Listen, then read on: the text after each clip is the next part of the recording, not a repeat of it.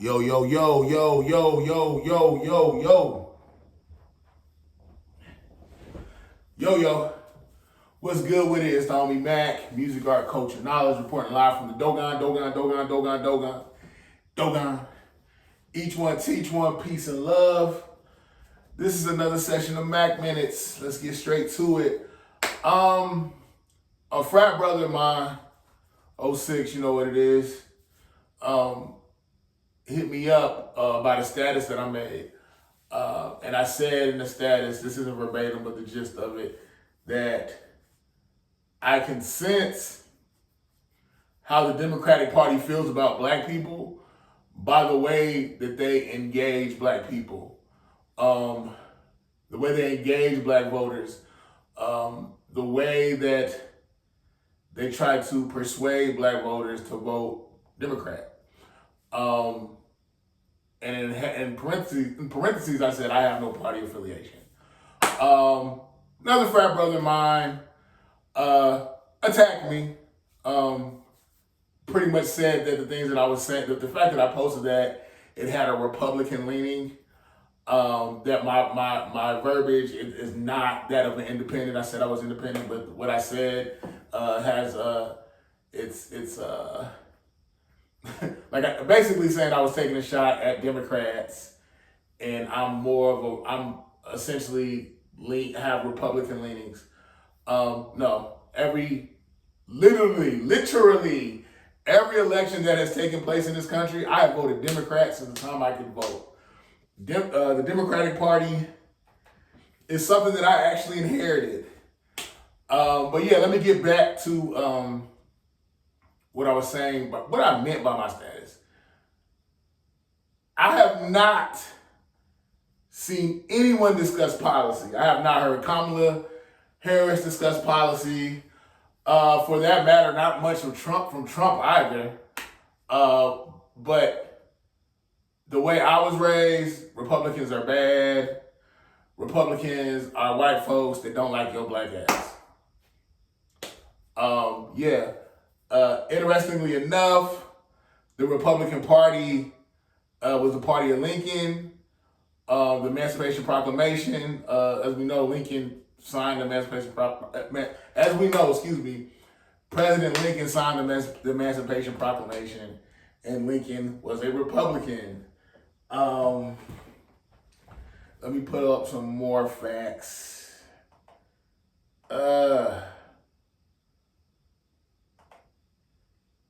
Lincoln, let's see. Give me 1 second.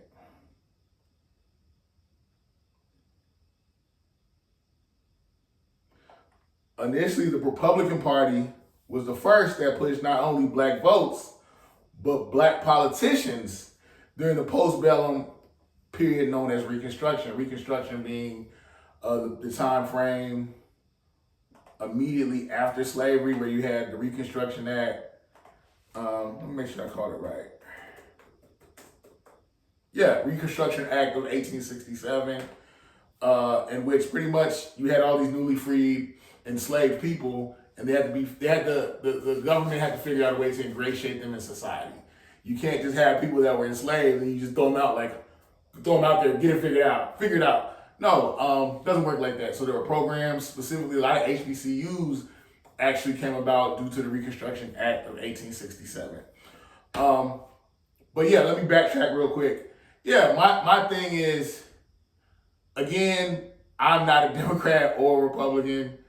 And I guess in some people's minds, especially a lot of black people who consider themselves politically shrewd, politically astute, that makes me a Republican by default, because I'm independent. And it's whatever. But yeah, when you have rappers and entertainers twerking and dancing, that lets me know that the fact that you're engaging me from that point makes me feel like you think I'm stupid, or I'm just chasing after smoke and mirrors, or pandering. The frat brother that came at me, he was saying that both parties pander, and my thing is, two negatives don't make a positive. Actually, they do, depending on the math. But you can't tell me one negative thing about one group.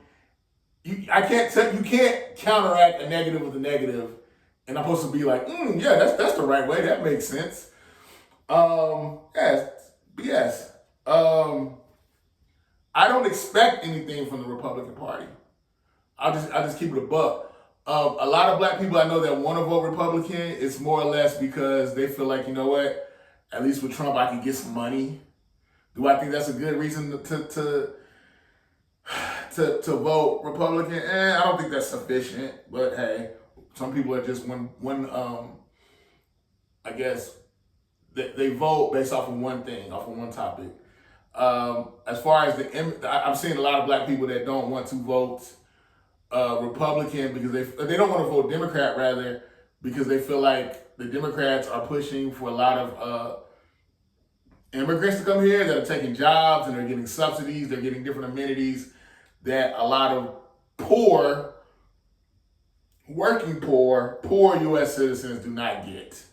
I have even heard Mexican people decry about how they don't like other Mexicans from Mexico coming up here saying that they're taking their jobs. I thought that was kind of caught me off guard hearing a Mexican man tell me that. Yeah, I have no problem with us being a sanctuary, but charity starts at home. Take care of your people first. I'm hearing stories about people in Chicago. They're saying that there's different Latino gangs, specifically Latino gangs coming over from South America and Mexico, South America, Central America, and that there's been acts of violence. Do I think all immigrants are like that? No. I think there are many immigrants who want to have a better life for their family, for themselves, and they want to do it in a legal way.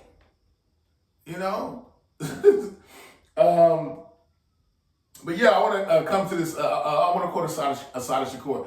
Assata Shakur said, "Only a fool lets someone tell them who their enemies are. Only a fool lets someone tell them. Only a fool lets someone tell them who their enemies are." And I guess I'm saying my whole life I've been kind of inculcated, I guess dare I say, indoctrinated that Republicans are my enemies. My context of the Republican Party basically are they're white people who are money hungry that are in favor of corporate greed. They want small government so they can basically screw people over and make money. And I want to quote Friedrich Nietzsche as well. Nietzsche said that a politician divides mankind into two classes: tools and enemies. Just like, because the frat brother that came at me, he said slick stuff before. Just today, this is the first time I kind of actually responded respectfully. But to let him know, like, I don't like how you make it a personal attack on me on a public platform when you don't know me. Okay? You do not know me outside of Facebook.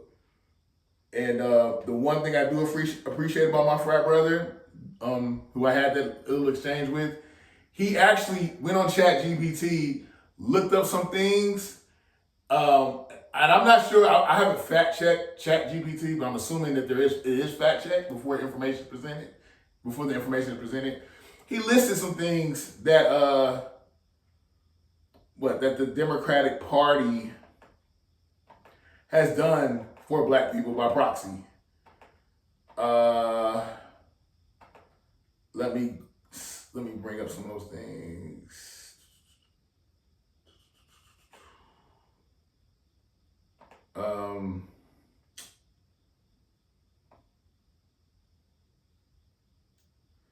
Case in point, how the CHIPS Act benefited African Americans, job creation and workforce development. The CHIPS Act includes provision for workforce development, which could lead to significant job opportunities in manufacturing, engineering, and related fields. African Americans could benefit from these new jobs, particularly in regions that have been historically underserved. Educational and training opportunities. The CHIPS Act supports STEM, science, technology, engineering, mathematics, of course, education and workforce training programs which could benefit African American students and professionals by providing more access to educational resources. Infrastructure bill. The Infrastructure Investment and Jobs Act, also known as the Bipartisan Infrastructure Bill, signed into law in November of 21, allocates over $1 trillion to various infrastructure projects across the U.S. While this bill is not specifically targeted to African Americans, go figure, or any particular racial ethnic group, okay, it contains provisions that could significantly benefit African American communities. Here are some of the potential benefits: construction and infrastructure jobs, diverse workforce initiatives, public transit investments, closing the digital divide. The bill includes $65 billion to expand broadband access, particularly in underserved rural and urban communities. This is significant for African American communities that have historically been on the wrong side of the digital divide. My thing is, I want to hear Kamala talk about that. Don't give me a Meg Thee Stallion concert and then be bringing in Beyonce. Let's talk about policy. And my thing is, above all this, my thing is, I'm telling my people, think. I'm saying think and hold the Democratic Party accountable. I'm going to make the name of this MACK Minutes. You can't question Jesus, and you can't, black folks can't question Jesus, and they can't question the DNC. It's like it's sacrilegious. This is not an ecclesiastical attack. I am a Christian myself, but it's like, it is wrong. And it's always anything that has been sold to me about that was anti-Republican Party. It was always fear-based, And I think at the end of the day, somebody asked me what the solution is. The solution is self-determination and policy. By self-determination, I mean black people putting out the fact that we were able to raise millions for Kamala's campaign in a freaking day lets me know that we have access to money, resources. We can put things together, So it's like, why not do these things? I mean, I'm on my Elijah Muhammad, my Marcus Garvey. Basically, do for self. Put your money together. Politics is not a gift; it's an exchange. What am I going to give you in exchange for my vote? What am I going to get in exchange for my vote? And I'll say it, politicians are bought. Okay? Politicians are bought. These super PACs, these lobbyists, these people, Netflix, one of the guys that I think owns Netflix, or he has a high-ranking member of Netflix, the corporate side, he donated $7 million to Kamala's campaign.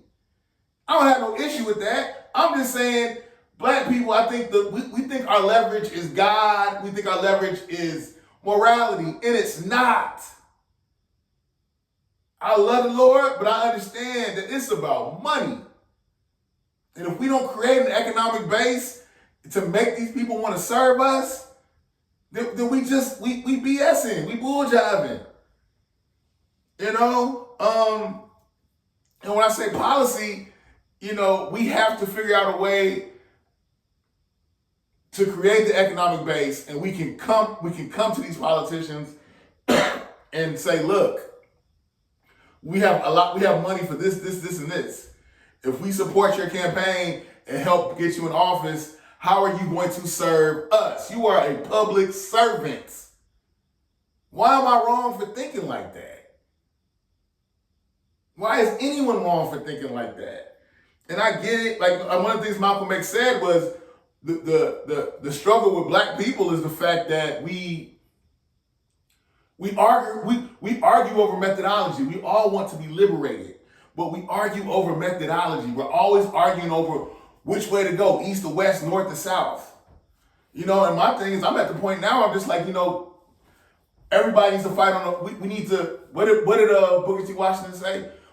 This is more in the context of race, but he said, we can be as separate as five fingers on all things social, and united as a fist on all things that are towards forward progress as a collective. And I'm saying, okay, we can do the same thing as black people. You're a Democrat, you're a Republican, you're whatever, you're Moorish, atheist, black, LGBTQ, you're already black, that's some LGBTQ, whatever. Let's try to figure out a way that on all things social, we can have a respect for one another, but things that we know that are going to impact us collectively as a race, on that front, we need to unite. I mean, it's simple to me. But yeah, I want to say during Reconstruction, when we had the right, when black people were allowed to vote, we all voted Republican. And I found out that there was a senator in Arizona named Barry Goldwater. Give me 1 second. He was anti-civil rights. He was against the Civil Rights Act of 1964. Let's see. Yeah, Barry Morris Goldwater. He actually was a Republican Party nominee for president in 1964.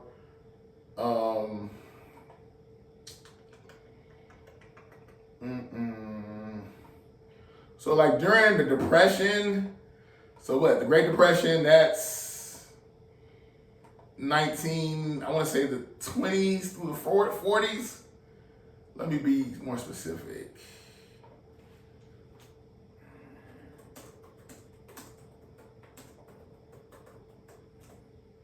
(1929) through 1941.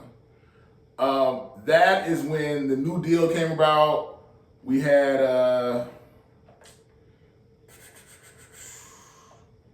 let's see.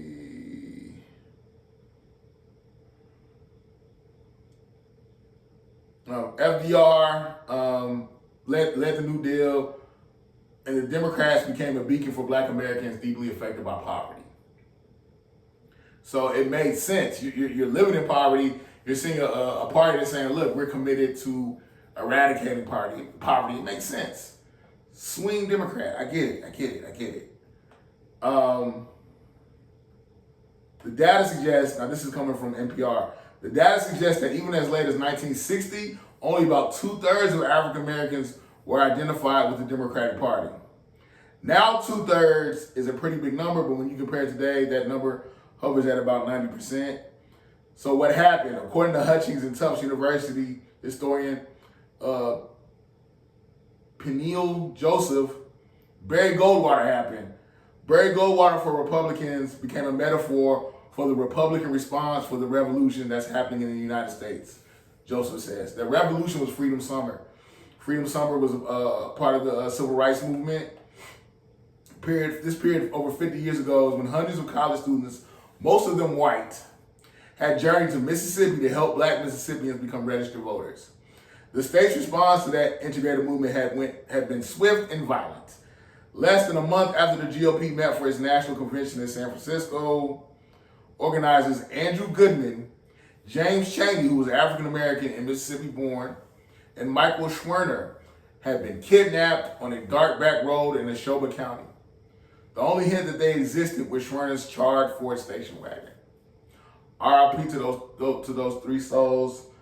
The media attention that followed these men's disappearance roiled the entire South. Their bodies will be found in early August, buried in the shallow earthen works of a dam. 2 weeks after the men's disappearance and mere days before the GOP convention opened, Lyndon Johnson signed the Civil Rights Act into law, making discrimination in public venues illegal. Joseph says that the events outside of the GOP's convention hall affected what went on under its roof. Supporters of the presumed frontrunner, liberal New York Governor Nelson Rockefeller were blindsided by the party's well-organized conservative wing, which nominated Arizona Senator Barry Goldwater. His nickname was Mr. Conservative. Let me quote some of the bogus things that Mr. Goldwater said. African Americans heard the message that was intended to be heard, which was that Goldwater and the Goldwater wing of the Republican Party were opposed not only to the Civil Rights Act, but the Civil Rights Movement in large part as well.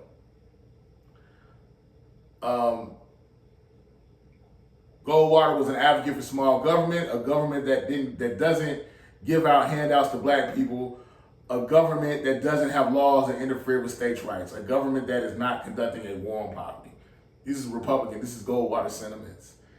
So yeah, naturally, there's a party saying, screw you, I don't care about your rights, pick yourself up by the bootstraps. Yeah, I can understand. I'm not going to fool with them. I'm gonna vote Democrat. It makes sense. This caused a shift. Specifically, Barry Goldwater, he caused the shift. Ultimately, all I'm saying is this: use your brain. Vote for who you want to vote for. You know, my issue is when people are attacking people, like it's like I'm black, so I'm supposed to vote Democrat. No. You know, I think you should go with what goes with your conscience. Go with what you think is going to be beneficial to your people. Makes sense to me. Like I said, I'm likely going to vote Democrat again. You know, but my thing is, like, give me something for my vote. Talk to me about policy. Don't shuck and jive. Don't pander. And I get it. Like my frat brother said, both sides pander. But this ain't the time for that. I'm done with dumbass slogans like shucks and pearls. I'm tired of, I got hot sauce in my bag. I make a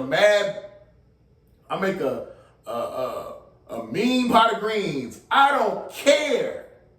Talk to me like I'm an adult. I think it was Dick Gregory that said they'll laugh and joke with you, they'll smile in your face, but the second you start talking about politics, you become a problem. Okay? So my thing is, no, let's keep it 100. Don't shuck and jive and dance. Let's talk policy. What am I going to get for your vote? And my thing is, ultimately, my issue with this country is I feel like we don't live in a true democracy. I feel like we live in an oligarchy. Who has the most money? Who can buy the most politicians? You know, and then even on top of that, let's say, you know, the electoral college is what neutralizes everything. If I donated $7 million to your campaign, you can't tell me that you're going to put my needs and wants to the side and do what's best for everybody else. No, I don't believe that.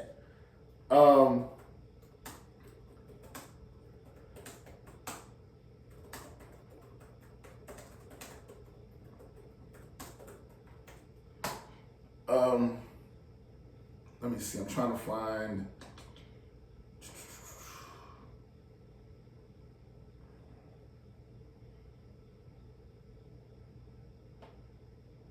Trying to.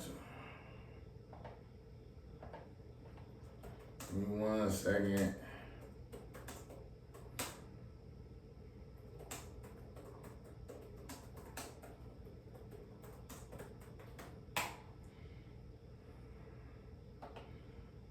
Why is it so hard to find this quote?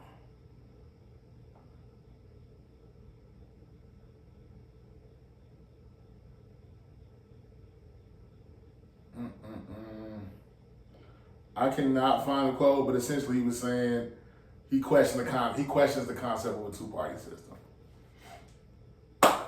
He actually has a piece he wrote, Why I'm Not Voting for a President. I believe that's what it's called. I'm going to find it. I'm going to find it and put it in the comment section. But yeah, my thing is like, let's talk politics. Don't pander to me, you know. And this goes for both parties.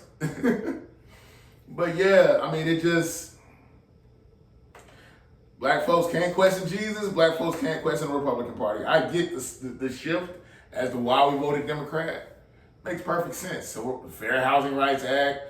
Civil Rights Act, you know, different things like that. I get it, but it's like we need black people as a 2024 ADOS and black people as a collective on American soil.